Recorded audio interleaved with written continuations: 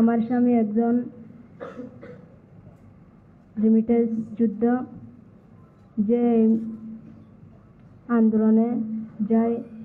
এই সময় বাঁশখালী চাম্বল বাজারে আমার স্বামীর উপর এই সন্ত্রাস বাহিনীরা গুলি করে।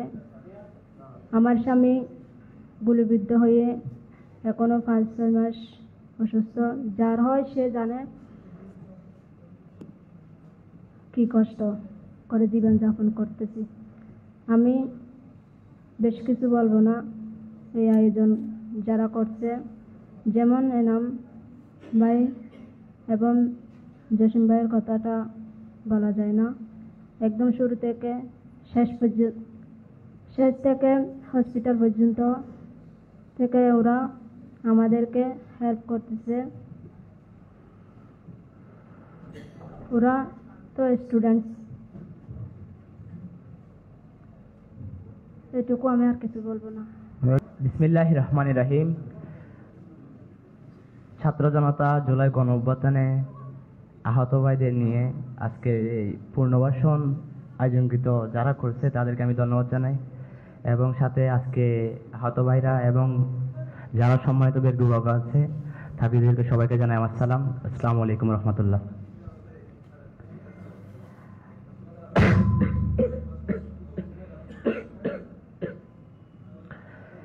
আজকের এই জায়গায় বসে আমি নিজেকে প্রাউড ফিল করতেছি যে আমি আপনাদের সামনে বসে কিছু কথা বলার সুযোগ পাইছি। সময়টা হয়তো অন্যদিকে যেতে পারত। আমি পরিবারে একটা ছেলে, আমি চাচ্তাম হয়তো বেঁচে না থাকতাম, হয়তো আমি জেলে থাকতাম। One minute, please.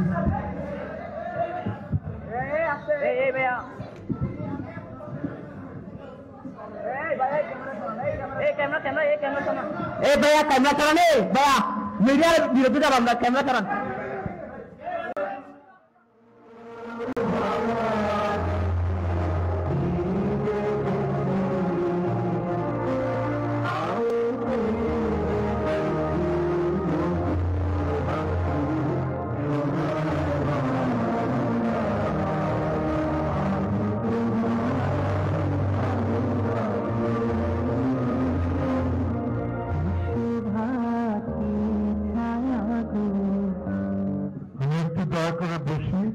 একটু সুশৃঙ্খল ভাবে বসি। আর আমি ক্ষমা চাচ্ছি যদি কোনো অন্যায় ভুল হয়ে থাকে, সবার পক্ষ থেকে আমি ক্ষমা চাচ্ছি। যমুনা টিভির কাছে আমি ক্ষমা চাচ্ছি। ছাত্ররা তোমরা একটু বসো, যে যার জায়গায় বসো প্লিজ। আমরা কিন্তু ওদের কথা না শুনতে আসি। আমরা এখানে আর কোনো আহতদেরকে মানে আহত ছাড়া আর কাউকে চাই না। আমরা আরো 100 জন প্রধান অতিথি চাই। এরকম আপনারা প্লিজ আমাদেরকে সহযোগিতা করেন।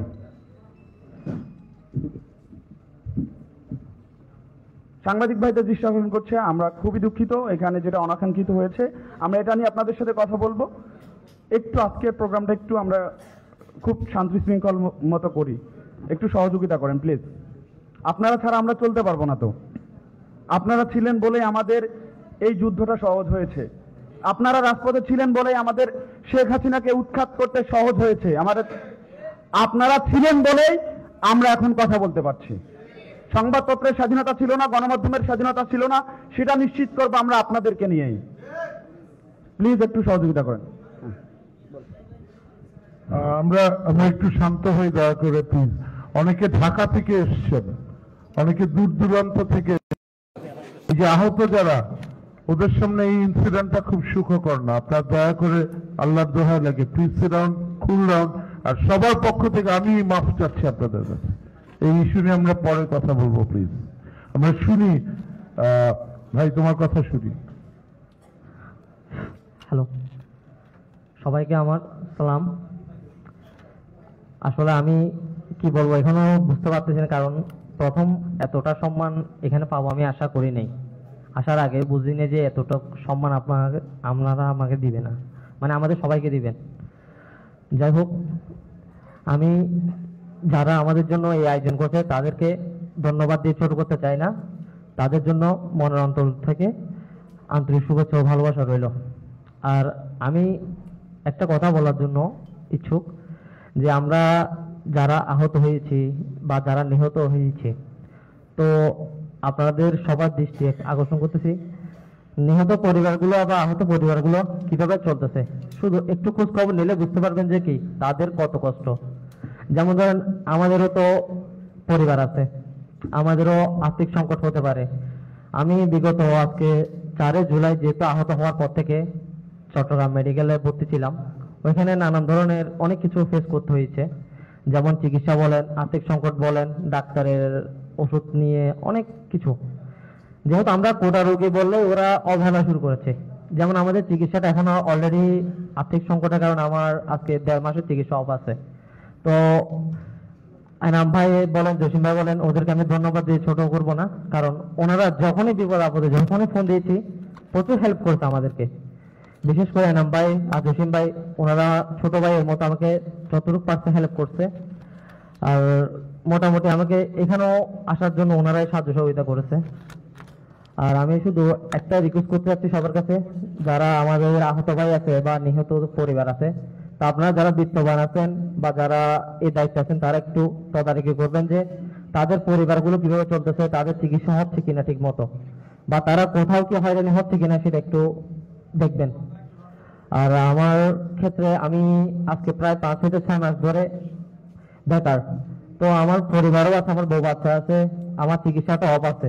তো আমি প্রশাসনের চিকিৎসা শুরু করতেছি বা সম্মানক বলেন আপনাদের সবার কাছে বলতেছি আমার চিকিৎসাটা যাতে একটু করার ব্যবস্থা করে দিতে পারে, সেটার জন্য আমি আন্তরিকভাবে সবার কাছে একটু রিকোয়েস্ট করতেছি। আর আমাকেও যাতে একটু কোনো ধরনের কোনো কর্মস্থান বা কিছু ইয়ে করা যায় সেটার জন্য একটু ইয়ে করতেছি। কারণ আমার আব্বু একজন গার্মেন্টস শ্রমিক, তা আমিও একজন ধরতে গেলে শ্রমিকের মধ্যে ছিলাম, মাঠে কর্মজীবী। তা এখন আমি বর্তমান 6 মাস বেকার, আমার পরিবার চলতেছে না। তো আমি এখানে যা সাহায্য সহযোগিতা পেয়েছি ওইটা দিয়ে চলেছি। আমার অনেক ধার দেনা আছে, তো আমার মতো অনেকেরই কি চিকিৎসা করতেছে ধার দেনা দিয়ে। কারণ অনেকে যতটুকু সম্ভব হচ্ছে চেষ্টা করতেছে, কিন্তু সবার পক্ষে সম্ভব হচ্ছে না যে কি অনেক টাকা দিয়ে সাহায্য করা। তো যারা বিত্তবান আছেন তাদের নিকট একটাই দৃষ্টি আকর্ষণ করতেছি যে আমরা যাদের দুঃখের দিন যাচ্ছে তাদের কাছে একটু আপনারা দিয়ে সাহায্য সহযোগিতা করবেন। তাদেরকে করোনা নয়, ভালোবাসা দিয়ে সাহায্য সহযোগিতা করবেন, এতটুকুই বলার আছে। কারণ আমি এর থেকে বেশি বলার মতো মানুষ মনে করতেছি নিজেকে। আমি আপনাদের মতো সাধারণ একজন মানুষ, এটাই মনে করি। ধন্যবাদ সবাইকে। আমরা এই এই এই ভাইটার বিষয়ে একটা কথা আছে, আমার একটা দাবি আছে। চট্টগ্রামের যারা প্রশাসন, আমাদের দায়িত্ব না ওর চিকিৎসার, চিটাং মেডিকেল কলেজে যদি ওর চিকিৎসা না পায় ও কি ঢাকায় যাবে? আমি জেলা প্রশাসনের ডিসি আপা ফরিদা আপা ওনাকে রিকোয়েস্ট করবো যে ওনার প্রতিনিধি আছেন এই বিষয়টা একটু দেখা। কারণ এই ছেলেটা চিকিৎসার জন্য কেন এরকম আবেদন করবে, কেন? মানে is he begging? You want him to beg? Is he a beggar? He cannot be a beggar. If he is a beggar, আপনারা সবাই ভিক্ষুক। আপনাদের লজ্জা হওয়া উচিত এই কথাটা শোনার আগে।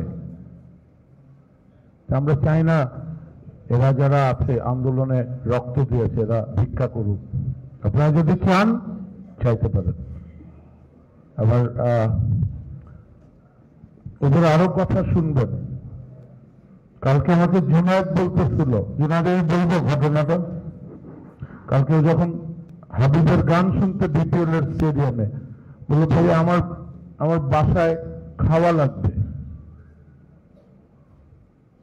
এটাও শুনতে হবে আপনাকে। তো এটা ইমোশনাল কথা, কষ্টের কথা, এগুলো আপনাদেরকে বুঝতে হবে।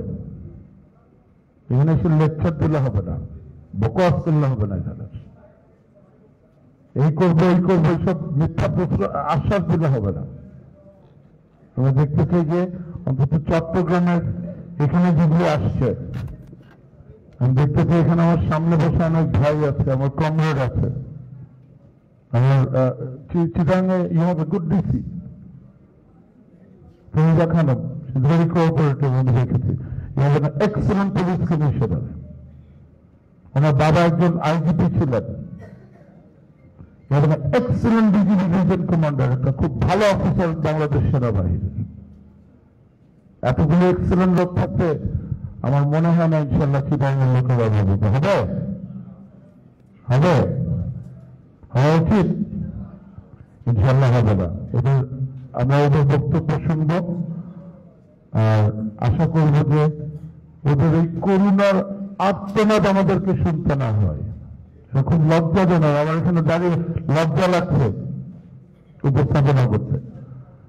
আমি আপনাদের ওই লজ্জাটা দিতে এসেছি এখানে। রাষ্ট্রের দায়িত্ব, রাষ্ট্রচিন্তক আছে এখানে, রাষ্ট্রের গণ্যমান্য প্রশাসন আছে, পুলিশ প্রশাসন আছে, বিজিবি আছে, জেলা প্রশাসন আছে, সেনাবাহিনী আছে, জনপ্রশাসন আছে। আমরা কিন্তু আপনাদের মানে এই গভর্নমেন্টের বিপক্ষে আমরা কিন্তু ষড়যন্ত্র করছি না। এটা আমাদের কি ক্রিটিসাইজ করার অধিকার নাই? আছে না নাই? আমাদের কি বলার অধিকার আছে না নাই?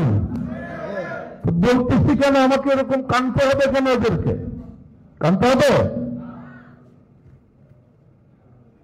আমি একটু শুনি ভাইয়া, এরপরে আপনার কথা শুনি। বসেন, বসে বলেন।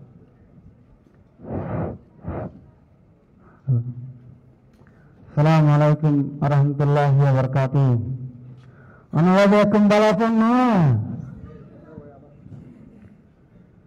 দেশমি ব্রিটিশ ছাত্র আন্দোলনের 17 কাস্টমার 2024 সালে সেদেরকে আমি গুলিবিদ্ধ হই। পুরো বাসখালীতে প্রথম গুলিবিদ্ধ হয়েছি আমি, প্রথম আহত আমি। তখন আমরা আন্দোলনে যোগদান করেছি, তখন আমি আগে ছিলাম। আমার হাতে একটা পতাকা ছিল। তখন স্লোগান দেওয়ার পথে একটা পিএসএল মেরে আমাকে গুলি করা হয়। তখন আমাকে গুলি করা হয় 6 ফুট হবে জায়গা। এর ভিতরে 150 গুলি আমার পায়ে ঢুকছে। এরপর আমি 6টা বের করছি। এখন আমি বিভিন্ন জায়গায় কক্সবাজার, সিলেট মেডিকেলে, ফার্মেসিতে, স্কয়ার হাসপাতালে, ন্যাশনালে আমি সব জায়গায় চিকিৎসা নিয়েছি।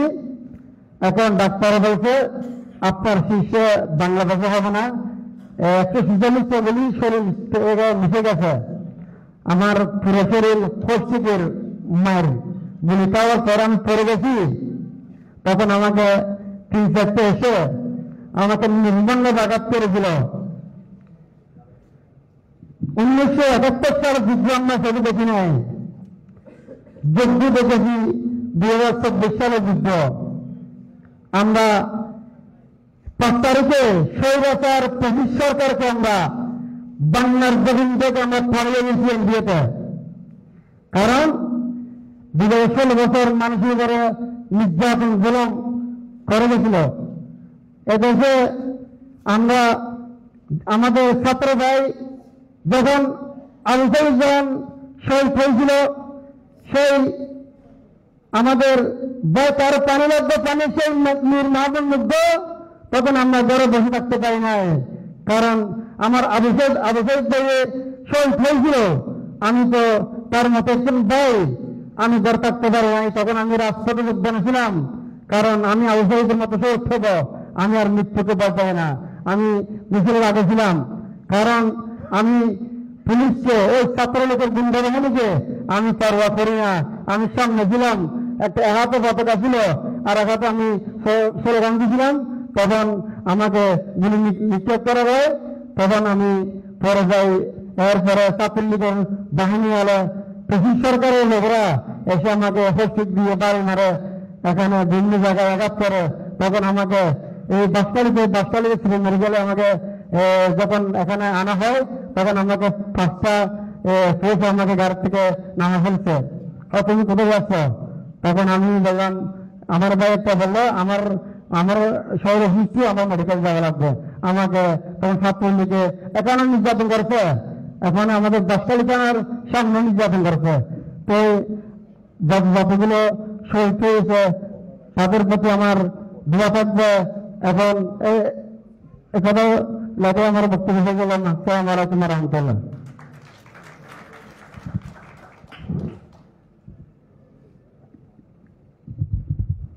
আমরা আরেক ভাইয়ের কাছ থেকে শুনি একটু। আসসালামু আলাইকুম রহমতুল্লাহ। জুলাই আগস্ট গণ অভ্যুত্থানকে কেন্দ্র করে আজকে আমাদের শহীদ এবং আহতদেরকে স্মরণে যে আয়োজনটা করেছেন তাদের প্রতি আমি অসংখ্য কৃতজ্ঞ প্রকাশ করছি। 4 আগস্ট বাঁশখালী চাম্বল 3টার দিকে আমরা আন্দোলনের মধ্যে আক্রান্ত হয়েছিলাম। প্রথম সারিতে আমরা যখন ছিলাম তখন 7 থেকে 8 জন ব্যক্তি মানে ছাত্রলীগের পোলা এবং পুলিশ ওরা আমাদেরকে আমি যখন একটা মাদ্রাসার মধ্যে আমরা 4-5 জন ব্যক্তি মানে ঢুকে গেলাম, ওখানে গুলি করতেছে সবাই, ছাত্রলীগের গুন্ডা বান্ডাগুলো আর পুলিশ ওরা গুলি করতেছিল। তখন আমরা এক সাইডে গিয়ে একটা মাদ্রাসার মধ্যে ঢুকে গেছিলাম। ওখানে ভিতরে ঢুকে আমাকে প্রায় 7-8 জন ব্যক্তি মিলে হক স্টিক এবং রড দিয়ে মানে পুরো শরীরে মারা হয়েছিল। প্রায় আমি ওইখানে 1 ঘন্টা মতো বেহুশ ছিলাম। ওখান থেকে হেঁটে আর একটা রাস্তা দিয়ে যখন যাচ্ছিলাম ওখানে আবার পুনরায় আবার মারছে। ওখান থেকে প্রায় 2-3 ঘন্টা পর মাগরিবের পর আমাকে 3-4 জন ভাই এসে খুলো করে গাড়িতে করে হসপিটালে নেওয়ার জন্য আসছিল, কিন্তু কোনো ধরনের নেওয়ার জন্য কোনো পরিস্থিতি ছিল না। তখন গুন্ডা বাহিনী আমাকে নিয়ে যাওয়ার জন্য কোনো ধরনের সহযোগিতা অব্দি করে নাই। ওরা সবাই বলতেছে নিয়ে যাওয়া যাবে না, ওখানে গেলে মেরে ফেলবে। তখন আমার সহযোগিতা ভাইরা আমাকে গাড়ি করে খুলে করে নিয়ে গ্রাম্য ডাক্তারের কাছে নিয়ে গেছিল। প্রায় সারা রাত আমি গ্রাম্য ডাক্তারের কাছে চিকিৎসা নিয়েছি। তারপর সকালে রাত্রে আমি যখন বাড়িতে ছিলাম যখন আমাকে বাড়িতে নিয়ে যাওয়ার জন্য সবাই বলতেছে বাড়িতে নিয়ে যাওয়া যাবে না, ওখানে যদি বাড়িতে নিয়ে যাওয়া হয় তাহলে তোমাকে ওখান থেকে তুলে আবার মারবে। মানে একটা ভাই নাকি আমাকে বলছিল, ওখানে ছাত্রলীগের পোলাপান বলছিল আমাকে সারা রাত নাকি আমাকে খুঁজতেছিল মারার জন্য, পুনরায় আবার মারার জন্য। যখন আমি সবচাইতে বেশি মানে ওখানে আন্দোলনের মধ্যে কথা বলছিলাম, আমি সবচাইতে সবাইকে আমি বলছি, আমরা প্রায় হবে 200-300 জন মতো হবে ওখানে একটা গ্রুপের মধ্যে অ্যাড ছিলাম। সবাই একসাথে মিলে যখন আন্দোলনের কথাবার্তা বলছিল ওগুলো সবাই মিলে ওরা নাকি স্ক্রিনশট মেরে আমাদের সবার প্রোফাইলে রাখছিল আমাদেরকে খুঁজে খুঁজে মারার জন্য। একটা পর্যায়ে আমরা আন্দোলন থেকে আসছি, সারা রাত বাড়িতে ছিলাম না, আমরা অন্য একটা বাড়িতে ছিলাম চিকিৎসা নেওয়ার পর। তখনও আমাদেরকে মারার জন্য ওরা খুঁজতেছে। পরের দিন শুনলাম এই ছাত্রলীগ গুন্ডা বাহিনী ভারতের 5 দালাল বিদায় নিয়েছে। আমি তখন কান্না করে আমার চোখ দিয়ে পানি এসে গেছিল।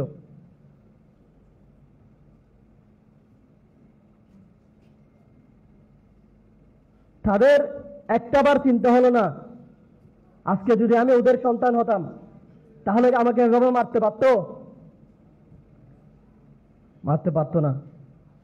একজন বাহিনীর একটা ছেলে মারা গেছে আমি যতটুকু শুনছি।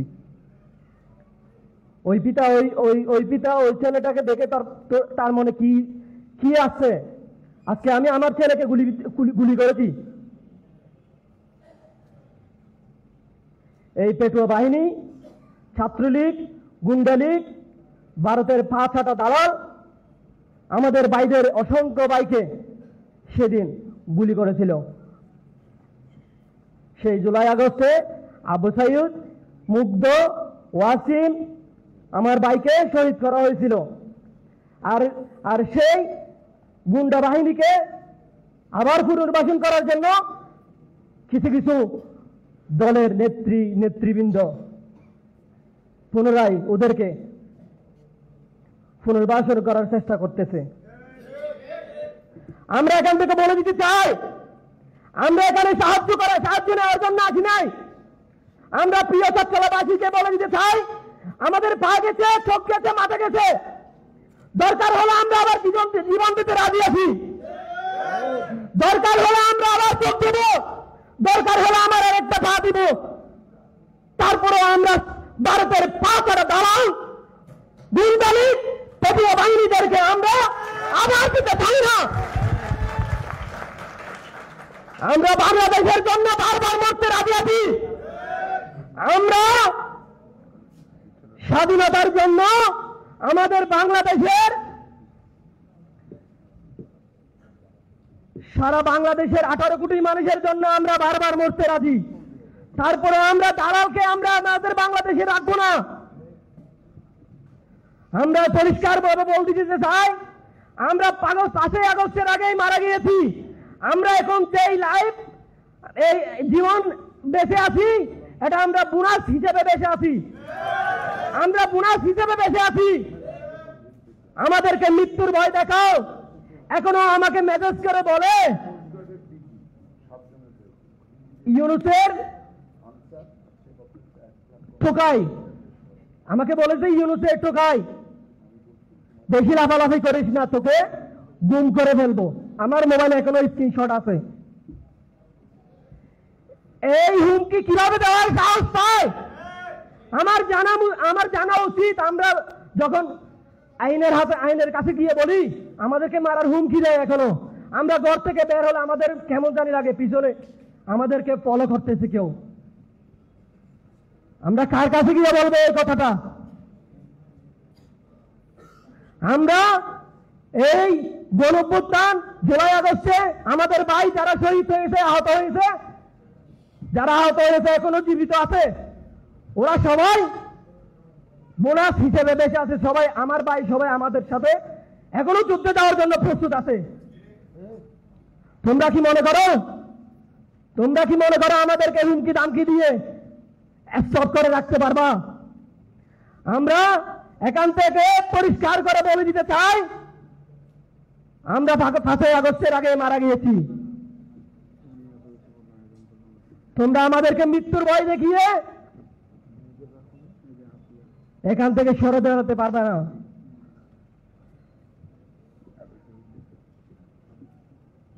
আমার শুধু একটাই কথা থাকবে, আমি কোনো এখানে এই পুনর্বাসনের জন্য আসি নাই। আমরা আসছি আমাদের সরকার যেন আমাদের রাষ্ট্রকে সুন্দর করে পরিচালনা করে, শুধু এতটুকুই আশা, আমাদের অন্য কোনো আশা নাই। আসসালামু আলাইকুম।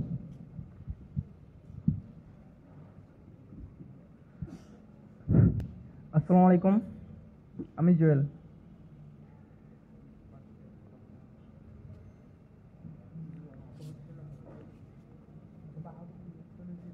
জুয়েল, মাইকটা একটু কাছে নিয়ে ভাইয়া।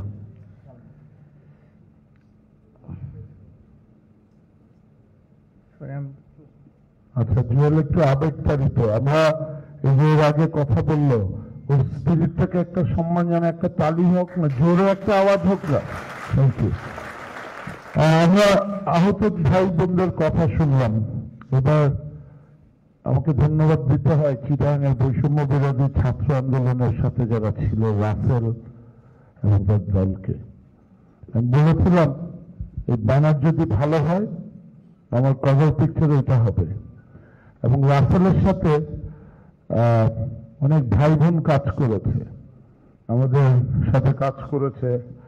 সবার নাম বলছি না, বাট আমি এই হলে অনেককে দেখেছি সামান্যতম হলেও কাজ করেছে। তাদের সবার প্রতি আমাদের কৃতজ্ঞতা, তাদের সবার প্রতি আমাদের শ্রদ্ধা, ভালোবাসা। আমি রাসেলকে মাইক দেওয়ার আগে কয়েকটা নাম বলতে চাচ্ছি, আমাকে ক্ষমা করবেন। এবং I am very thankful to the media, আমার ডান দিকে যারা এসছেন, আপনি ওদের কথা শুনতে এসছেন, very thankful. I am very thankful to Jamuna TV যে আপনারা আন্দোলনের সময় প্রো পিপল টিভি নামে পরিচিত হয়েছিলেন। আজকে যে ঘটনাটা ঘটেছে এটা অনাকাঙ্ক্ষিত, আমরা এটা ভুলে যাই, আমরা এগিয়ে যাব সামনে সবাই হয়ে। আমি যমুনা টিভির জন্য একটা জোরে করতালি দিতেছি। অন্যান্য যত মিডিয়া আছে এখানে তাদের জন্য একটা জোরে করতালি দিতেছি।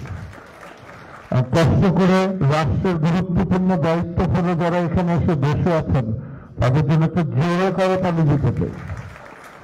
আমরা রাসেলের কাছ থেকে শুনবো, কেন্দ্রীয় সমন্বয় চট্টগ্রাম, রিদওয়ান সিদ্দিকীর কাছ থেকে শুনবো, রাফির কাছ থেকে কিছু কথা শুনবো, আফিয়া বোনের কাছ থেকে কথা শুনবো, সাইফুল রুদ্রর কাছ থেকে কিছু কথা শুনবো, আর আমি ওকে উকিল রাখি, উকিলের কাছ থেকে কিছু কথা শুনবো। ওর নাম সাইফুল রহমান খান। আমি ওদের কাছ থেকে একটু শুনি, তারপরে সামনের মুরব্বীদের কাছ থেকে শুনবো। Thank you.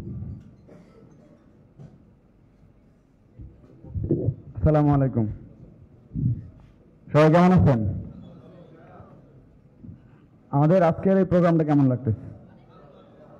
মানে এর আগে প্রত্যেকটা প্রোগ্রামে বিভিন্ন সম্মানিত ব্যক্তিবর্গ এখানে বসেন, কিন্তু আমাদের রাষ্ট্রে যারা 2024 সালে গুরুত্বপূর্ণ ভূমিকা পালন করেছে এই ফ্যাসিস্ট খুনি হাসিনাকে দেশ থেকে বিতাড়িত করার জন্য, সেই সব আহত যোদ্ধা আমাদের প্রধান অতিথি। আমরা এরকম আরো 10টা প্রোগ্রাম করতে চাই। তো শুরুতেই শ্রদ্ধা ভরে স্মরণ করছি 1000 বছরের ইতিহাসে যারা আত্মত্যাগ করেছে এই বাংলাদেশকে প্রতিষ্ঠার জন্য। বঙ্গ থেকে বাংলা, বাংলা থেকে বাংলাদেশ। 1971 সালে মহান মুক্তিযুদ্ধে যারা রক্ত দিয়েছে, যারা জীবন দিয়েছে, সেই সব শহীদ ভাইদেরকে স্মরণ করছি এবং স্মরণ করছি বাংলাদেশের ইতিহাসে সেই সব বীরাঙ্গনাদেরকে যারা সম্ভ্রম হারিয়েছেন 1971-এ, এবং 50 বছর পর আমাদেরকে দ্বিতীয় স্বাধীনতা সংগ্রাম করতে হয়েছে, যে স্বাধীনতা সংগ্রামে 2000 ভাই বোন জীবন দিয়েছে, সেই সব বীর শহীদ ভাইদেরকে এবং তাদের সুস্বাস্থ্য কামনা করছি। এরকম ভাই বোনদেরকে যারা এখন হাসপাতালে কাতরাচ্ছে, এখনো হাসপাতালের বেডে শুয়ে কল্পনা করছে, ভাবছে কবে স্বাভাবিক জীবনযাপন করবে, সেই সব ভাইদের জন্য দোয়া করছি। তো আমি আমাদের এই প্রোগ্রামটার জন্য আসলে credit goes to major Ferdous ভাই। তিনি আমাদেরকে গাইড করেছেন, আমরা জাস্ট ওনাকে সহযোগিতা করেছি। উনি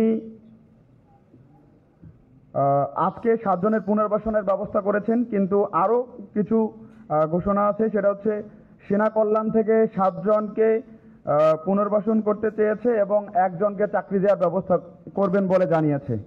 আপনারা সবাই তালি দিবেন না?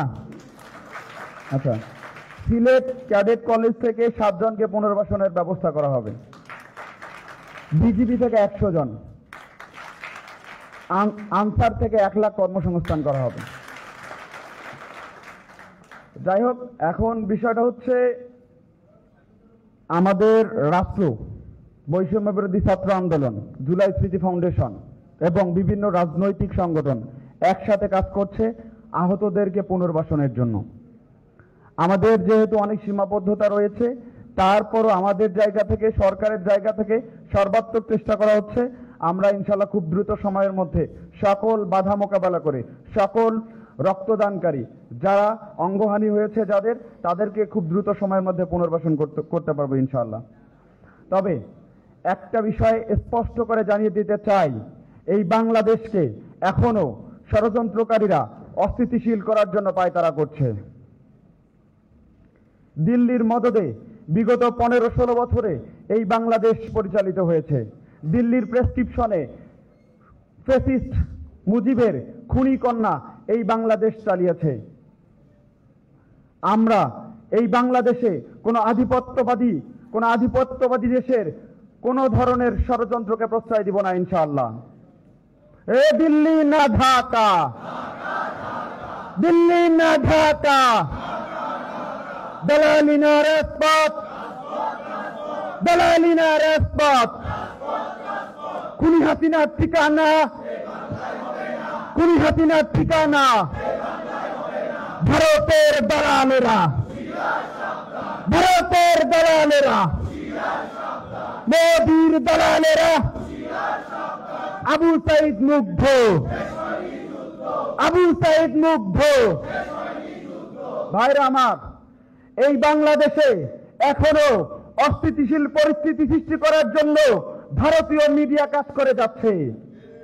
আপনারা ময়ূক রঞ্জনের কথা জানেন, বিভিন্ন সময় পাগলের মতো প্রলাপ করে, বিভিন্ন সময় উন্মাদের মতো কথা বলে, বিভিন্ন সময় উদ্ভটের মতো কথা বলে। এই ময়ূক বাংলাদেশে অস্থিরতা তৈরি যেন হয় এবং বিভিন্ন সাম্প্রদায়িক গোষ্ঠীকে উস্কানি দেয়, এই ময়ূক একা এই কাজগুলো করে না। ভারতীয় দালালেরা, ভারতীয় শাসকেরা এবং মোদির দালালেরা তাকে উস্কায় এবং সে বাংলাদেশ নিয়ে বিভিন্ন ধরনের ষড়যন্ত্রমূলক কথাবার্তা বলে। আমরা পশ্চিমবঙ্গ কিংবা দিল্লি সকলের ষড়যন্ত্র মোকাবেলা করবে ইনশাআল্লাহ। এই বাংলাদেশ, এই স্বাধীন সার্বভৌম বাংলাদেশের দিকে যদি কেউ চোখ তুলে তাকায়, আমরা তাদের সেই চোখ উপড়ে ফেলবো ইনশাআল্লাহ। এই আমাদের বাংলাদেশে স্বাধীনতার 50 বছর পরেও যে আমাদেরকে সংগ্রাম করতে হয়েছে, এই সংগ্রামের পেছনে, এই রক্তদানের পেছনে, এই অঙ্গহানির পেছনে, আমাদের 2000 ভাই বোন শাহাদাত বরণের পেছনে ভারতের হাত আছে, খুনি শেখ হাসিনার হাত আছে। ভারতের প্রেসক্রিপশনে খুনি হাসিনা এই বাংলাদেশ 15-16 বছর চালিয়েছে। এই বাংলাদেশে খুন হয়েছে, এই বাংলাদেশে গুম হয়েছে, বিচার বহির্ভূত হত্যাকাণ্ড হয়েছে। খুনি হাসিনা কোনোভাবেই কোনো হত্যাকাণ্ডের বিচার করতে পারে নাই। আপনারা সাগর রুনি হত্যাকাণ্ডের কথা জানেন, আপনারা বিডিআর হত্যাকাণ্ডের কথা জানেন, আপনারা সীমান্তে চালানি হত্যাকাণ্ডের কথা জানেন। কোন হত্যাকাণ্ডের বিচার এখন পর্যন্ত এই বাংলাদেশে হয় নাই। কেন হয় নাই আপনারা জানেন? এই বাংলাদেশটা কলোনিয়াল একটা রাষ্ট্র হিসাবে ভারত চালিয়েছে আওয়ামী লীগের মাধ্যমে, এবং এই অপচেষ্টা 1972 থেকে শুরু হয়েছে, এখন পর্যন্ত অব্যাহত আছে। আমরা স্পষ্ট করে জানিয়ে দিতে চাই, এই স্বাধীন বাংলাদেশে যে রাষ্ট্র কায়েমের জন্য, যে ইনসাফ কায়েমের জন্য 1971 আমাদের ভাইয়েরা জীবন দিয়েছে, 1990 যে ভাইয়েরা জীবন দিয়েছে, 2024 যে ভাইয়েরা জীবন দিয়েছে, সেই ইনসাফ প্রতিষ্ঠিত করে ছাড়বো ইনশাআল্লাহ। আমরা এই ভাইদের রক্তের বদলা নেব ইনশাআল্লাহ। আমরা কোন খুনিকে এই বাংলার মাটিতে পুনর্বাসন করার যদি কেউ চেষ্টা করে, তাদের সেই অপচেষ্টাকে আমরা রুখে দেব ইনশাআল্লাহ।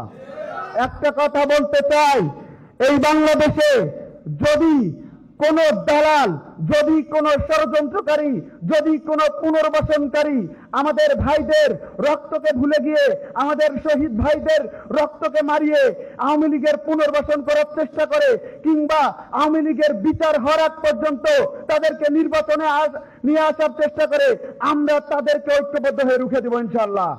আমরা এই বাংলার মাটিতে মুজিববাদের কবর রচনা করে ছাড়বো ইনশাআল্লাহ।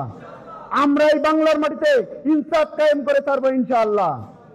আমরা এই বাংলাদেশে যে ধর্মীয় সম্প্রীতি ছিল, সেই সম্প্রীতি বিনষ্ট করেছে আওয়ামী লীগ এবং খুনি হাসিনা। আমাদের এই বাংলাদেশে বিভাজনের রাজনীতি খেলেছে এই শেখ হাসিনা। আমরা স্পষ্ট করে বলতে চাই, এই বাংলাদেশের অস্তিত্ব যতদিন থাকবে, এই বাংলাদেশ যতদিন বেঁচে থাকবে, ততদিন এই বাংলাদেশের মাটিতে আমরা আওয়ামী লীগকে ঠাঁই দিব না ইনশাআল্লাহ। এবং আরেকটা কথা বলতে চাই, এই বাংলাদেশে যদি ভারত কোনোভাবে আধিপত্য বিস্তার করার চেষ্টা করে এবং যদি কোনো গোষ্ঠী তাদের ইশারায় সাড়া দিয়ে রয়ের এজেন্ট হয়ে এখানে কাজ করে, তাদেরকে বিচারের আওতায় এনে এই বাংলাদেশ থেকে তাদেরকে উৎপাদন করা হবে। আপনারা সবাই ঐক্যবদ্ধ থাকুন। এই যে বিশ্বতলার মাটিতে যেভাবে আমরা খুনি হাসিনার কবর রচনা করেছিলাম 2 আগস্ট, আন্দরকিল্লা মসজিদ থেকে যেভাবে আমরা জনস্রোত বের হয়েছিলাম, যদি কোন ষড়যন্ত্রকারী বাংলাদেশের বিপক্ষে ষড়যন্ত্র করার চেষ্টা করে, আমরা এখানে তাদের কবর রচনা করব। আপনারা আমাদেরকে, যারা আমাদের গুণীজন আছেন, যারা বর্ষিয়ান মানুষ আছেন, আমাদেরকে গাইড করেন আমরা কিভাবে এই রাষ্ট্রকে একটা ন্যায্য রাষ্ট্র হিসেবে, বৈষম্যহীন রাষ্ট্র হিসেবে, সাম্যভিত্তিক রাষ্ট্র হিসেবে প্রতিষ্ঠা করতে পারি।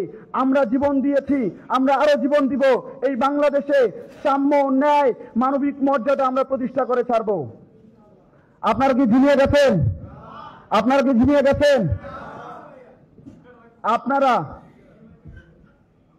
এই বাংলাদেশে যতদিন ইনসাফ কায়েম হবে না ততদিন রাজপথে থাকবেন। আমরা যদি এখন পেছনে ফিরে যাই, আমাদের আগামীর প্রজন্ম সামনে এগিয়ে যেতে পারবে না। আমরা যদি পেছনে ফিরে যাই, আমাদের এই শহীদ ভাইদের সাথে বেইমানি করা হবে, আমাদের আহত ভাইদের সাথে বেইমানি করা হবে, আমাদের সেই সব শহীদ ভাইদের সাথে বেইমানি করা হবে। আমরা শহীদের রক্ত মারিয়ে এই বাংলাদেশে মুক্ত আকাশে মুক্ত বিহঙ্গের মতো উড়ছি, মুক্ত বিহঙ্গের মতো আমাদের পদচারণা। আমরা চাই এই পদচারণা অব্যাহত থাকুক। আমরা চাই মুক্ত বিহঙ্গের মতো আমরা শত শত বছর, হাজার হাজার বছর এই বাংলাদেশকে নিয়ে মুক্ত বিহঙ্গের মতো আমরা ডানা ঝাপটাই। তবে আপনারা প্লিজ আমাদের শহীদ ভাইদের রক্তের সাথে বেইমানি করবেন না, আহতদের সাথে বেইমানি করবেন না।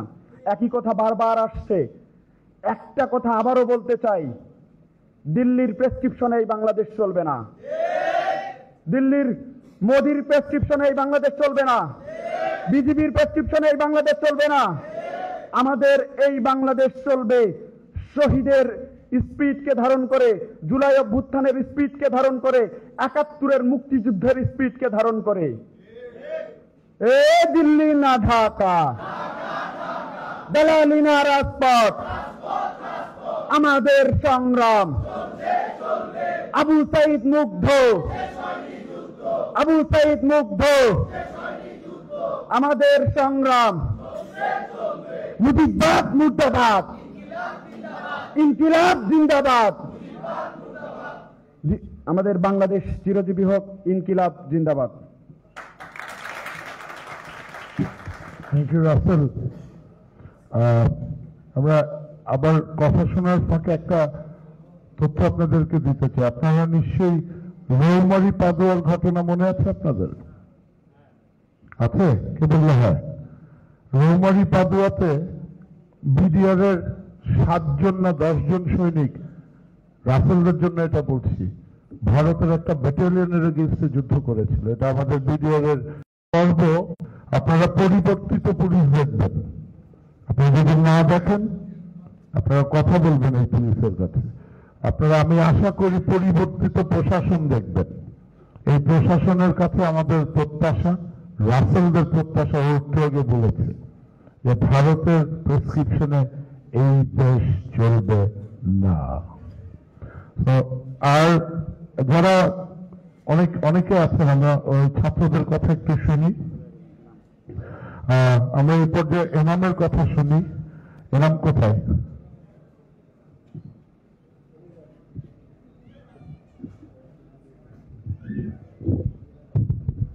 আসসালামু আলাইকুম ও আদব, সবাইকে বিপ্লবী শুভেচ্ছা। আজকের প্রথমে আমি ধন্যবাদ জানাচ্ছি যারা এই সুন্দর একটা আয়োজন করেছে তাদের প্রতি। আসলে আমরা এই দীর্ঘ 5 তারিখের পর থেকে আগেও যারা আহত হয়েছিলেন আন্দোলনে তাদেরকে আমরা সব সময় আর্থিকভাবে যেরকম পারেছি সেভাবে সহযোগিতা করেছি। এখন দেখা যায় যে আপনি এটা হচ্ছে ওই যে মাছ ধরা শিখিয়ে দেওয়ার চেয়ে মাছ ধরা শিখিয়ে দেওয়াটা উত্তম। এটা হচ্ছে ছোটবেলায় কোনো একটা বই পেয়েছিলাম, আমরা দেখেছি আমরা অনেক টাকা দিচ্ছি, 1000, 2000, 3000, 4000, কিন্তু যখন টাকা দিই 2-3 দিন পর আবার ওদের শেষ হয়ে যায়, নগদ টাকা বারবার শেষ হয়ে যায়। তো এরকম কষ্ট করা, টাকাও ম্যানেজ করা কঠিন হয়ে যায়। এরকম পুনর্বাসনের কথা অনেকেই বলেছে, আমরা অনেক জায়গায় নাম দিয়েছি। তাৎক্ষণিকভাবে ওরা যে দ্রুতভাবে যে এত দ্রুত সুন্দরভাবে একটা আয়োজন করে এরকম পুনর্বাসন করবে এটা আমি চিন্তা করিনি প্রথমে। পরবর্তী দূতের কাজকর্ম দেখে আমি খুব অবাক হয়েছি এবং এটা খুব খুশি রাখতেছে যে 7 জন ভাই, আমার 7 জন ভাই, তাদের একটা ইনকাম সোর্স তৈরি হচ্ছে যে কোনোভাবে হোক। সেটা আমি কর্তৃপক্ষকে যারা এবং এর পিছনে আমার যে ভাইগুলা পরিশ্রম করছে তাদেরকে ধন্যবাদ জানাই চাই। আর আপনারা যারা এসেছেন তাদেরকে ধন্যবাদ জানাই। আমাদের প্রথমে যে আমরা অনেকে রাজপথে সংগ্রাম করেছি, লড়াই করেছি, ঘাম দিয়েছি, এটাকে বলে আমরা ঘাম দিয়েছি, পরিশ্রম করেছি। কিন্তু যারা তাদের পা চোখ রক্ত দিয়েছে আর অনেকে জীবন দিয়ে গেছে তাদের কথা কিন্তু আমাদের চেয়ে এগিয়ে রাখতে হবে।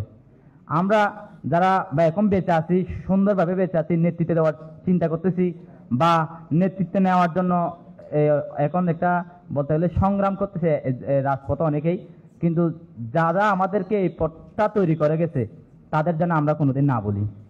তাদের যদি বলে যায়, একটা হচ্ছে ইতিহাসের একদম করুণ সত্য, আপনি যার উপর ভর করেই রাজপথে আসেছেন বা আসবেন, তাকে যদি বলে যান আপনি সত্যিকার অর্থে আপনি কোনোদিন নেতা হতে পারবেন না, জননেতা হবেন না, সময়ের পরিক্রমে আপনি মুছে যাবেন। আপনাকে মুছে যেতে হবে, কারণ প্রকৃতির একটা নিয়ম আছে যে অন্যকে শোষণ করলে টুটার টুমুর আপনাকে এটা অবশ্যই শোধ করতে হবে। তো যাই হোক, স্বৈরাচার সর্বোচ্চ 40 বছর 50 বছর থাকে। আগেকার সময়ে যারা রাজা ছিল বা সম্রাট ছিল এরা অনেক কাল থাকতো, কিন্তু আধুনিক কালে স্বৈরাচারের বয়স 40-এর উপর দেখি নাই। স্বৈরাচার হোক একজন যে শুধু যে রাষ্ট্রশাসক বা রাষ্ট্র পর্যায়ে যে আছে সে যে স্বৈরাচার হয়, বিষয়টা এমন নয়। ব্যক্তি পর্যায়ে আমরা স্বৈরাচার হয়ে যাই। আপনি যে পদে আছেন এই পদ থেকেও আপনি স্বৈরাচার হতে পারেন। সুতরাং আপনি নিজের জায়গা থেকে কোনোদিন স্বৈরাচার হওয়ার চেষ্টা করবেন না। যে ভাই, যে বোন, যে মানুষগুলা, যে কৃষক, শ্রমিক, মেহনতি মানুষগুলা জীবন দিয়ে, রক্ত দিয়ে আপনাদের জন্য একটা সমান্তরাল জায়গা, রাজনীতির জায়গা তৈরি করে দিয়েছে, তাদের জন্য আমরা না বলি। আমি শুধু এই 7 জন নয় এবং শুধু এদের নয়, বাংলাদেশের চট্টগ্রামে আরো অনেক মানুষ আছে, আরো অনেক প্রতিষ্ঠান আছে। সব প্রতিষ্ঠান এবং ব্যক্তি পর্যায়ে সব মানুষকে আহ্বান করব, আমাদের যে ভাইগুলা আহত হয়েছে, পঙ্গুত্ব বরণ করেছে, দৃষ্টি হারিয়েছে, তাদের যেন কোনোদিনও এই জিনিসটা আফসোস করতে না হয়। 24-এর গণঅভ্যুত্থানের ফল হচ্ছে আমার পরিবার আজ দুঃসহকার জীবন কাটাচ্ছে। তো এই কোন পরিবার কাছে বলতে না হয় 24-এর আন্দোলনের গণঅভ্যুত্থানের ফল হচ্ছে আমি আমার পরিবারকে কিছু দিতে পারিনি। 24-এর গণঅভ্যুত্থানের ফল হচ্ছে আমি আজ হতাশায় জীবন কাটাচ্ছি। এরকম কথা যেন আমাদের শুনতে না হয়। মুক্তিযুদ্ধ যেমন 24-এ এসে অনেক মুক্তিযুদ্ধ অসম্মানে বা তাদের পর্যাপ্ত যে অধিকার সেটা পায়নি, সেরকম যেন না হয়। সময়ে সময়ে আমাদের বিপ্লবীদের প্রয়োজন হয়, আমরা বিপ্লবের ডাক দিতে পারি, কিন্তু জনমানুষ, কৃষক, শ্রমিক, মেহনতি মানুষ, ছাত্র জনতা হচ্ছে আমাদের শক্তি। এদের জন্য আমরা ভুলে যাই। এদের যদি আমরা ন্যায্য মূল্য, এদের সম্মান, এদের ত্যাগের মূল্যায়ন যদি আমরা করতে না পারি, আগামীতে যে স্বৈরাচার আসবে তাকে প্রতিহত করার জন্য কেউ যদি এগিয়ে না আসে, দেখবেন জনম জনম আপনার কপালে, আমাদের কপালে, দেশের কপালে দুঃখ থেকে যাবে। আজকে যদি আমরা আমাদের বাইরে সম্মান দিয়ে দিই বা আমাদের বাইরে যে প্রাপ্ত ন্যায্যতা সেটা দিচ্ছেন, আজকে এই দেখেন, এটা হচ্ছে চেঞ্জ, পরিবর্তন। গিয়ে পরিবর্তন হচ্ছে এরকম, আহতরা এদিকে না থেকে এদিকে আছে, এটা হচ্ছে পরিবর্তন, দৃশ্যমান পরিবর্তন। এর চেয়ে পরিবর্তন আপনি প্রধান হচ্ছে আমাদের এরাই, এর চেয়ে পরিবর্তন আর হতে পারে না। আমাদের সম্মান দিতে হবে। এটা আমি যদি বলি যে ওদের কাছে যে পুনর্বাসনে যে জিনিসটা দিচ্ছে, এটার চেয়ে আজকে যে প্রধান হচ্ছে চেয়ারের অবস্থা, এটা আমার কাছে অনেক বেশি খুশির, অনেক বেশি সম্মানের। সম্মানটা চাই, যারা আহত হয়েছে এবং যারা শহীদ হয়েছে তারা যতটা সম্মান পাই। এবং আপনাদের সকলকে ধন্যবাদ জানাচ্ছি এবং যারা এই আয়োজনটা করেছে তাদেরকে ধন্যবাদ জানাচ্ছি। আসসালামু আলাইকুম ওয়া আদব। Thank you. আমরা একটু মনোটনিক ব্রেক করার জন্য জেলা প্রশাসনের কাছ থেকে শুনতে চাচ্ছি। ফরিদা আপাও আরেকটা অনুষ্ঠানে আছেন, ফরিদা খানম, ওনার প্রতিনিধি আসছেন। আপা, আপনি যদি ওদের উদ্দেশ্যে কিছু বলেন, একটু আসুন।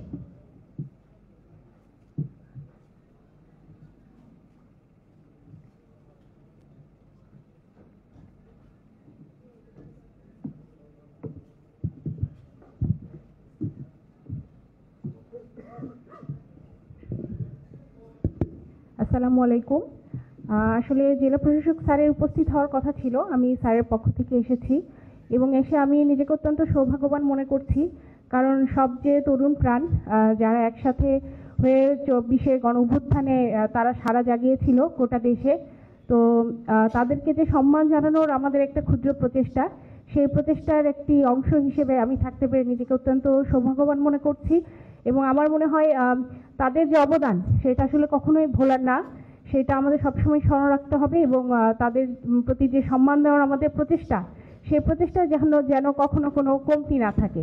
তো উপস্থিত সবাইকে অসংখ্য ধন্যবাদ এবং যারা আমাদের যোদ্ধা, যারা আহত হয়েছে তাদের প্রতি আবারও সম্মান জানিয়ে আমি আমার সংক্ষিপ্ত বক্তব্য শেষ করছি। আসসালামু আলাইকুম। Thank you. আমি এই চিটাগাং মেট্রোপলিটনের স্মার্ট পুলিশ কমিশনার আমার ভাই একটু শুনতে চাই ভাইয়ের কাছ থেকে। ওনার পরিচয়টা আবার বলি, ওনার বাবা পুলিশের আইজি ছিলেন, তো পুলিশের ইজ এ প্রপার পুলিশ।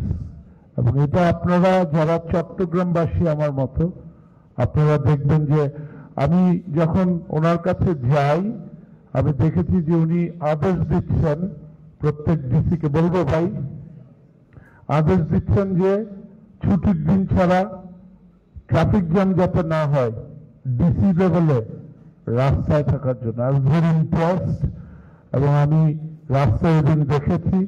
আমি ওনার প্রশংসা করব তখনই যখন চট্টগ্রামবাসী আমার ভাইয়ের প্রশংসা করবে। ভাই please come here.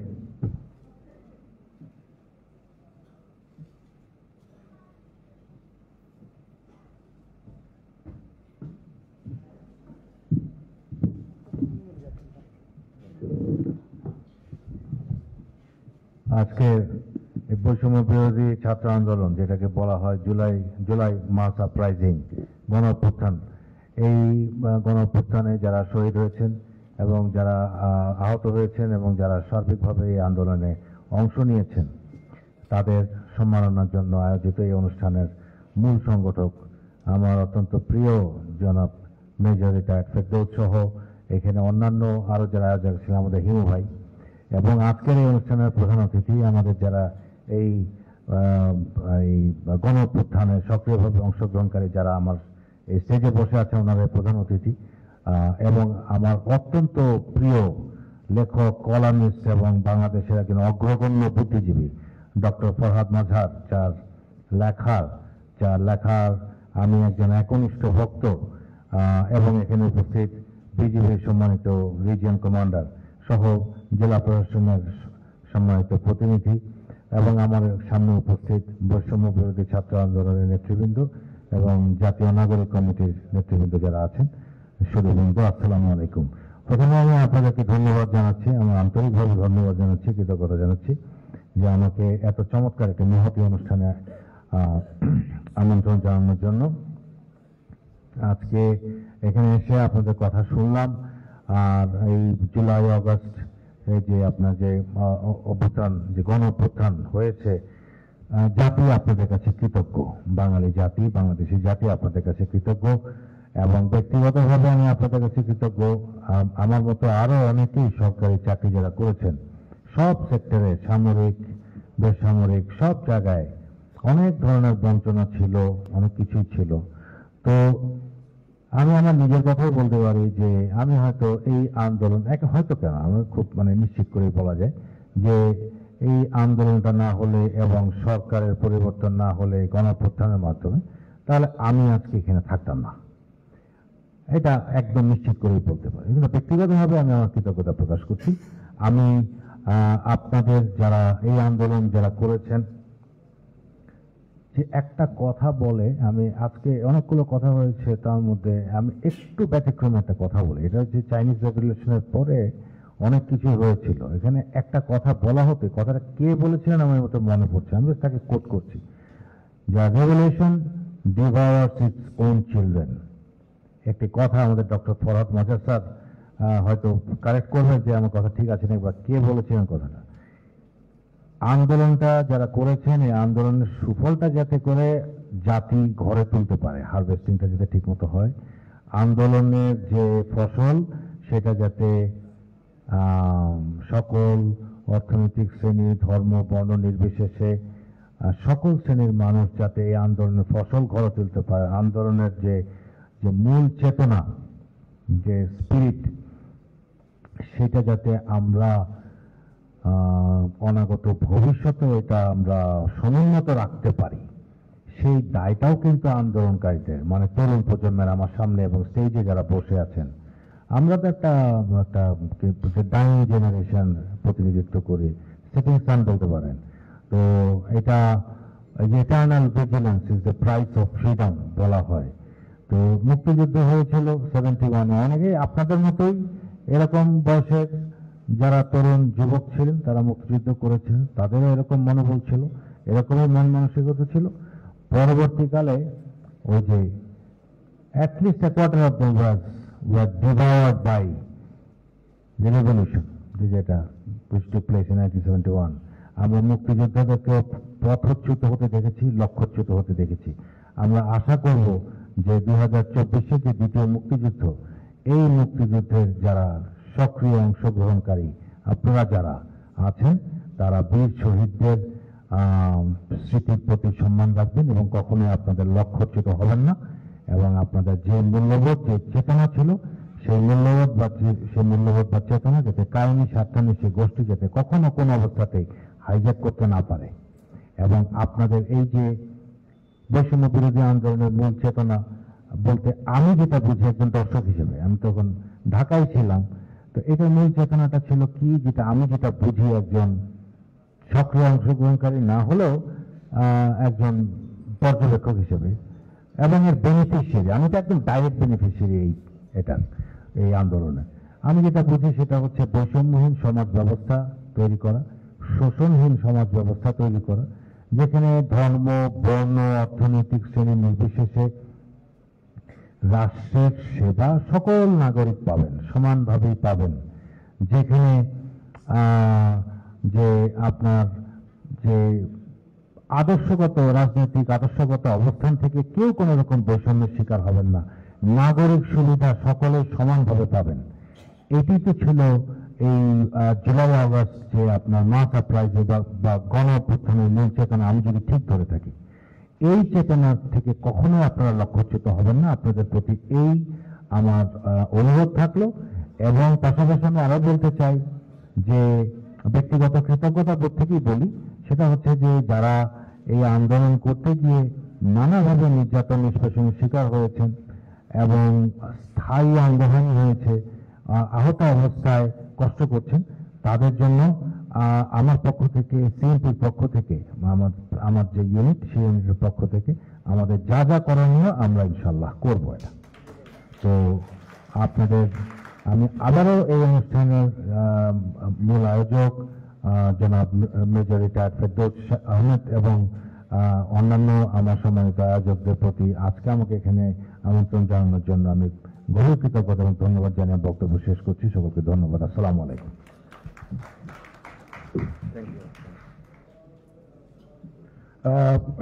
We are thankful to the commissioner. আমরা ইনশাল্লাহ দেখবো যে চট্টগ্রামের পুলিশের একটা কোয়ালিটেটিভ চেঞ্জ ইনশাল্লাহ আসবে, সময় বলে দেবে। বাট আমি ওনাকে যেহেতু অনেকদিন ধরে চিনি, আই ক্যান অ্যাসিওর ইউ, আজকে অন পাবলিক বলছি, you will find a quality change.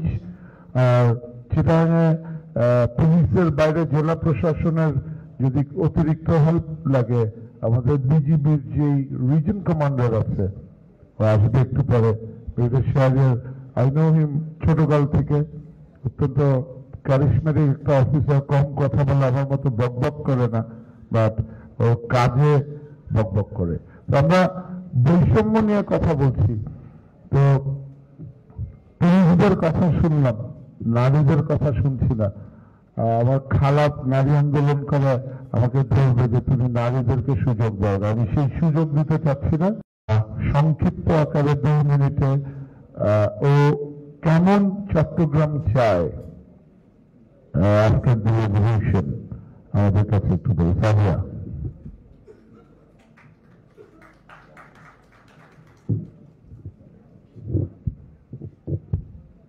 ধন্যবাদ।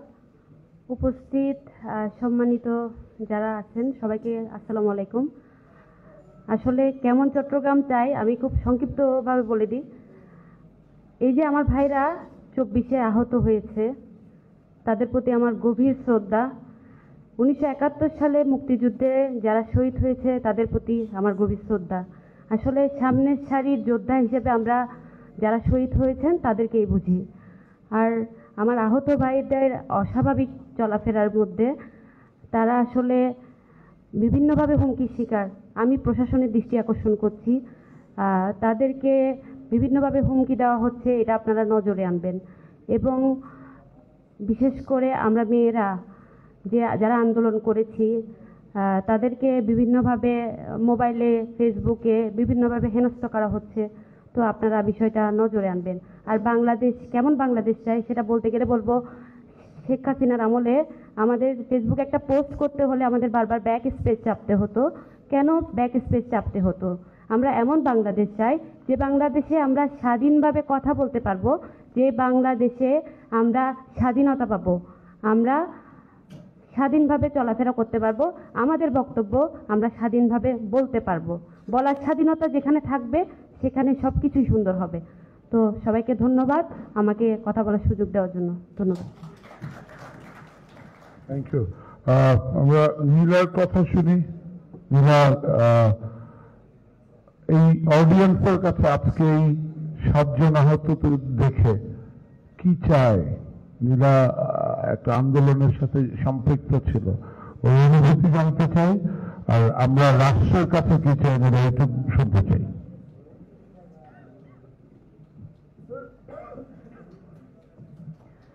ধন্যবাদ। এরকম একটা অনুষ্ঠানে বা সর্বপ্রথম চট্টগ্রামে মনে হয় এটাই একটা অনুষ্ঠান বা আয়োজন যেখানে আমার পাশে আমার সহযোদ্ধা ভাইয়েরা যারা নিজেদের অঙ্গ হারিয়েছে তারা বসে আছে প্রধান অতিথি হিসেবে। এই জিনিসটাকে সাধুবাদ জানাই, সচেতন নাগরিক সমাজকে ধন্যবাদ জানাই। আমার হাতে একটা ফোন আসছে, এটা মনে হয় এইখানে বসা 7 জন আহতদের একটা ফোন, যে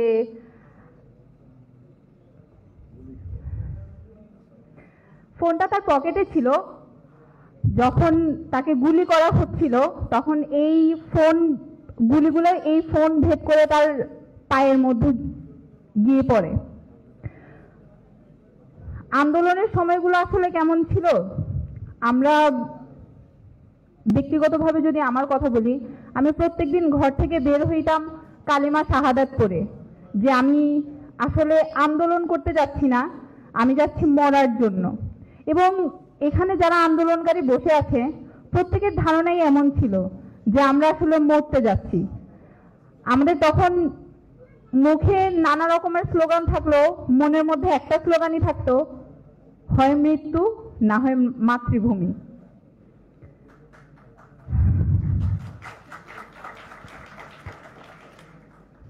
আমি দোতলায় বসা ছিলাম, শুনছিলাম আমার আহত ভাইদের কথা। আমি নিজেকে ধরে রাখতে পারিনি। আমি ইমোশনালি খুব স্ট্রং, সহজে কান্না আসে না। কিন্তু যখন ওই গ্যালারিতে বসে যখন আমি আমার ভাইদের কথাগুলো শুনছিলাম তখন আমার মনে হচ্ছিল যে এই যে এদের অঙ্গহানিগুলো হলো, এই যে এরা রক্ত দিল, আমরা আহত হলাম, আমরা কি আদৌ তাদের রক্তের দাম দিতে পেরেছি? আজকে 5 মাস পরে কেন এই আয়োজনটা করা হলো? এই আয়োজনটা কি আগস্ট সেপ্টেম্বরে করা যেত না? কেন করা হয় নাই? আমরা কি আমাদের জায়গা থেকে দাঁড়িয়ে প্রশ্ন করেছি? করিনি। কেন করিনি? আমরা কি এখনো 15 বছরের ফ্যাসিস্ট হাসিনার মতো আমাদের এই সরকারকে ভয় পাচ্ছি? আমরা কি এই ভয় পাওয়ার জন্য আমরা আন্দোলন করেছি? আমরা এই ভয় পাওয়ার জন্য আন্দোলন করিনি। আমরা আন্দোলন করেছি আমাদের বাক স্বাধীনতার জন্য, আমাদের অধিকারের জন্য, সচেতন নাগরিক হিসেবে নিজেদেরকে প্রতিষ্ঠা করার জন্য। আমার দেশের সাধারণ নাগরিক কেন রাজনীতি বুঝবে না? আমার দেশের সচেতন নাগরিক কেন নিজের 5টা মৌলিক অধিকার সম্পর্কে জানবে না? কেন তাদেরকে অধিকার বঞ্চিত হতে হবে? আমরা কি এগুলো নিয়ে কথা বলছি? তাহলে এই স্বাধীনতার মর্মটা থাকবে কি? কেমন বাংলাদেশ চাই? আমি চাই আমার বাংলাদেশের যারা নিপীড়িত জনগণ আছে তারা দুবেলা দুমুঠো ভাত শান্তিতে খেতে পারবে। এতদিন গুজব লীগ অনেক ধরনের অনেক কথা বলেছে নিত্যপণ্যের দাম নিয়ে। এখন বাজার মূল্যর যেই তালিকাটা, সেই তালিকাটা নিয়ে কেন কেউ কথা বলছে না? পেঁয়াজ বাজারে 50 টাকা করে, অন্যান্য সবজি সস্তা দামে, এই কথাগুলো কেন আসছে না এখন? আমরা সংস্কার শুরু করেছি। আন্দোলন যখন করেছিলাম তখন আমরা প্রত্যেকে নিজ জায়গা থেকে আমরা দায়িত্ব নিয়ে করেছিলাম যে আমরা আমাদের ভাইদেরকে মরতে দিব না, ভাইদের খুনের বিচার চাইবো, ভাইদের রক্তের বিচার চাইবো, ভাইদের রক্ত বৃথা যেতে দিব না। কিন্তু সংস্কারের বেলায় কেন আসলে আমরা নিজেকে গুটিয়ে নিচ্ছি? আপনি, আমরা সবাই যখন দায়িত্ব নিয়েছিলাম তখনই তো বাংলাদেশকে ফ্যাসিস্ট মুক্ত করতে পেরেছি আমরা। তাহলে সংস্কারের ক্ষেত্রে আপনারা কেন নিজেদেরকে গুটিয়ে নিচ্ছেন? কেন নিজের জায়গা থেকে দাঁড়িয়ে প্রশ্ন করছেন না? লড়াই তো আপনারাও করেছিলেন। তাহলে আপনাদের জায়গা থেকে আপনারা যে বাক স্বাধীনতা অর্জন করলেন, সেই বাক স্বাধীনতার সুব্যবহার আপনারা কেন করছেন না? আপনার জায়গা থেকে আপনি দাঁড়িয়ে সরকারকে প্রশ্ন করুন, কেন আমার এটা হচ্ছে না?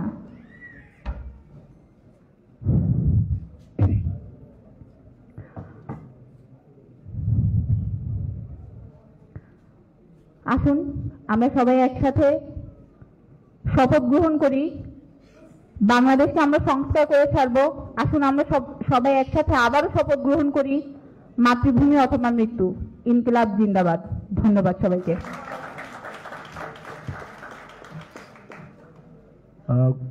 এটা spirit. This is Bangladesh, this is Bangladesh, this is Srinagar,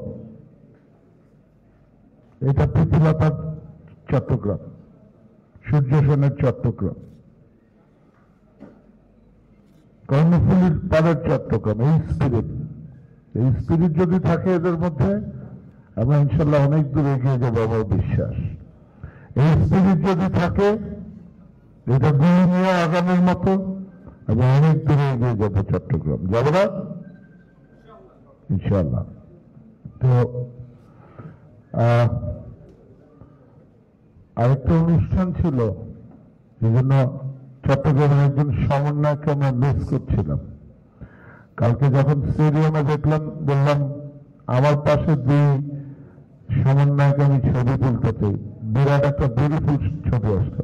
আমি যার কথা বলছি তালাত, তাহলে আমি একটু শুনতে চাই তোমার কাছ থেকে কিছু কথা। ভাইয়া, কেমন স্টেজ?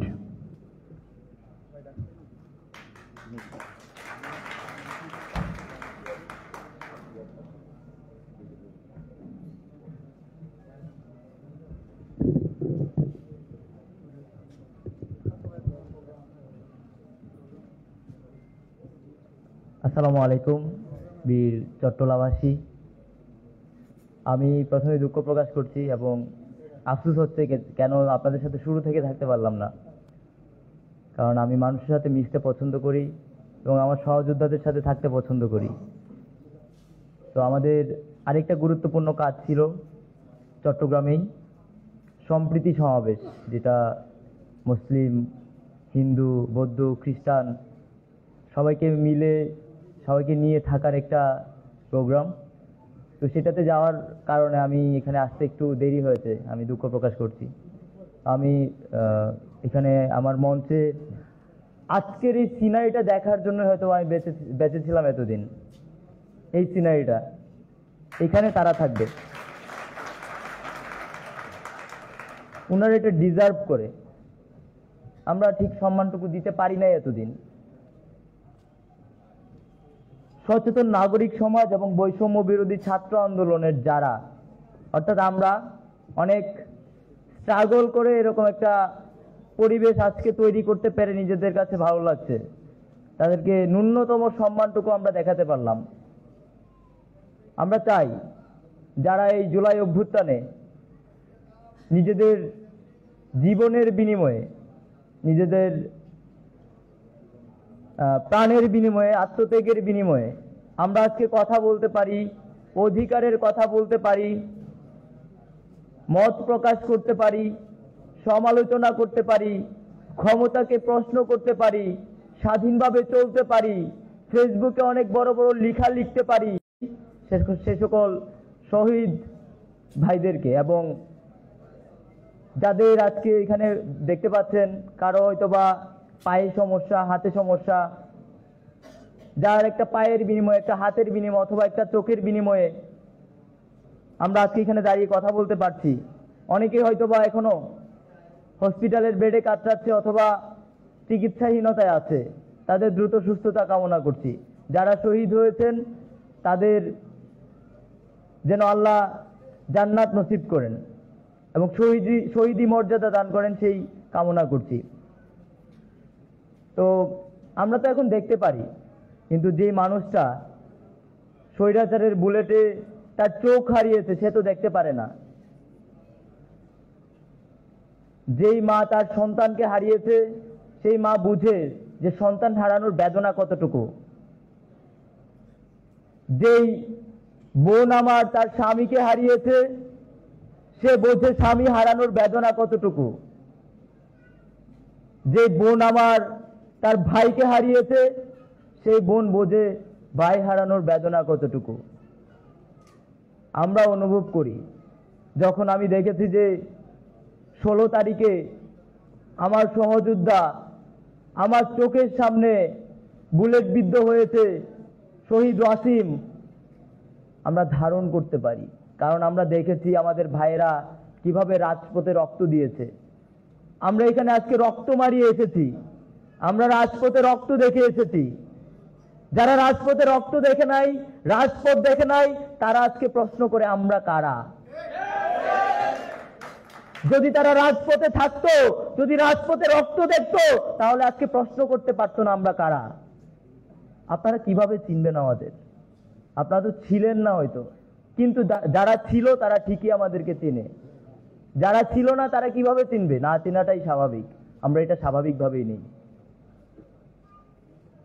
তো আমরা পরিষ্কারভাবে বলতে চাই, যারা আবারও নতুন ভাবে ফেসিবাদ হয়ে ওঠার চেষ্টা করবে তাদেরকে আমরা প্রতিহত করব যেভাবেই হোক, সে যেই হোক। আমরা 16 বছরের একটা ফ্যাসিস্ট খুনি সরকারকে পতন করতে পেরেছি, উৎখাত করতে পেরেছি। এখন যারা আপনারা নব্য স্বৈরাচার হয়ে ওঠার চেষ্টা করছেন, আপনাদেরকেও আমরা উৎখাত করতে পারবো ইনশাল্লাহ। যেভাবে স্বৈরাচারের বুলেটের সামনে আমরা বুক চিতিয়ে দাঁড়িয়েছিলাম, ঠিক একইভাবে যদি আপনারা আবারও স্বৈরাচারী হয়ে ওঠার চেষ্টা করেন, আপনাদের বিরুদ্ধে আমাদের অবস্থান থাকবে ইনশাল্লাহ।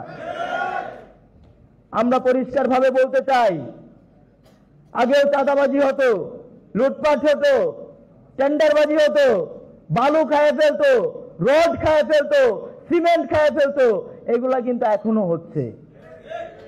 প্রশ্ন রাখতে চাই, কারা করছে তাহলে? সন্ত্রাসী সংগঠনের কোন অঙ্গ সংগঠনেরই যে এখন সাহস নাই যে তারা এখন টেন্ডারবাজি করবে, চাঁদাবাজি করবে, লুটপাট করবে। সেই সাহস তারা দেখানোর মতো সামর্থ্য রাখে না। তাই প্রশ্ন রাখতে চাই, যে বা যারাই করছেন আপনারা সাবধান হয়ে যান। আমরা এমন বাংলাদেশ চাই যেই বাংলাদেশে চাঁদাবাজি থাকবে না, যেই বাংলাদেশে লুটপাট থাকবে না, যেই বাংলাদেশে বালি খেয়ে ফেলবে না, রড খেয়ে ফেলবে না, সিমেন্ট খেয়ে ফেলবে না। আমরা একটা সুন্দর বাংলাদেশ চাই।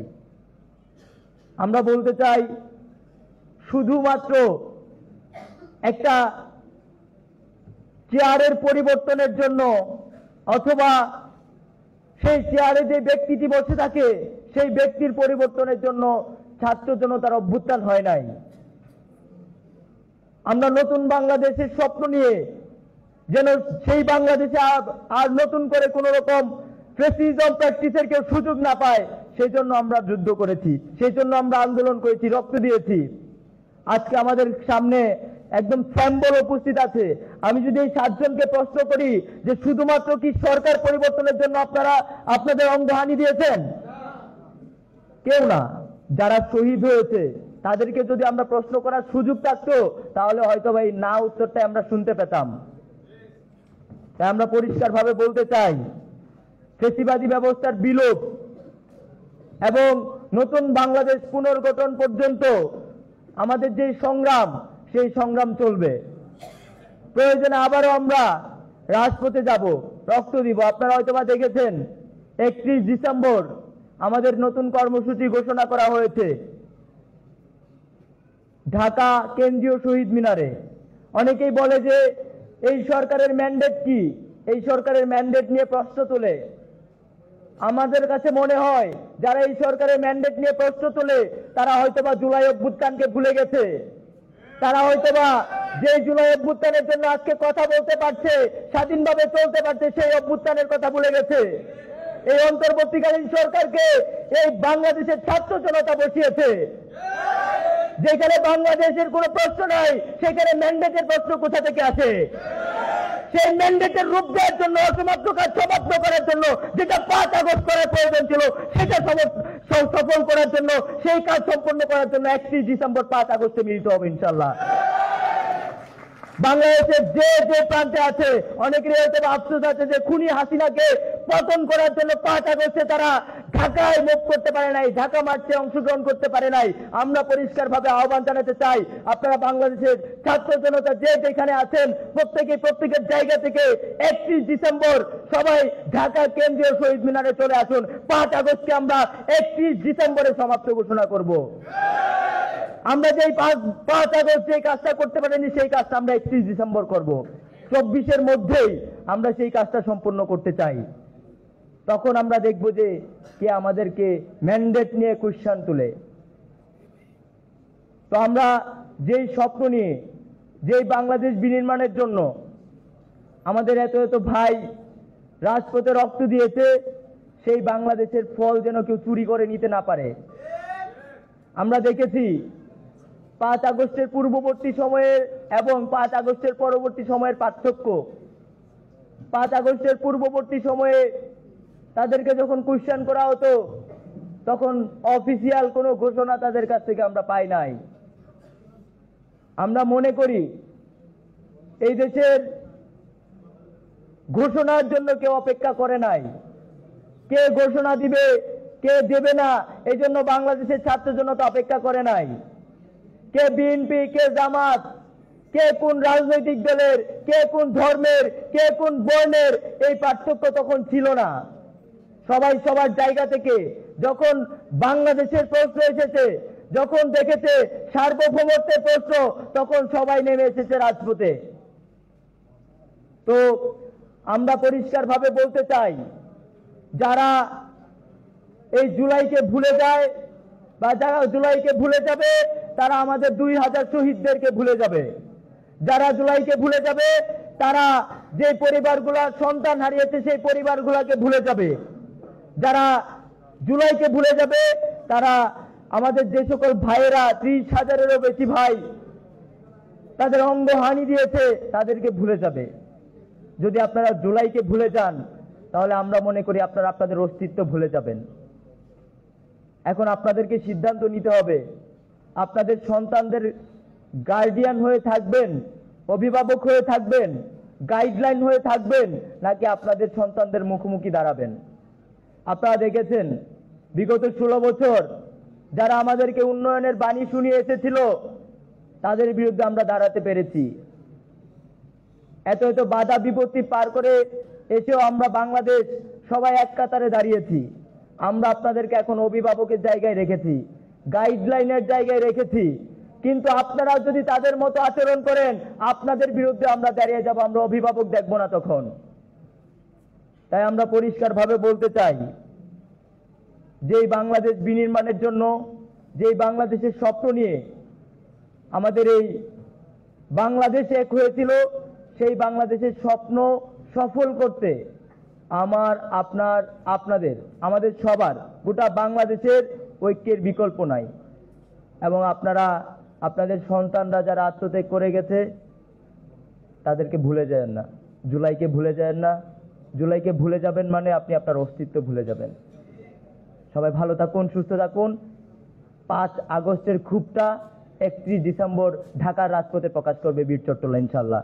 ইনকিলাব জিন্দাবাদ।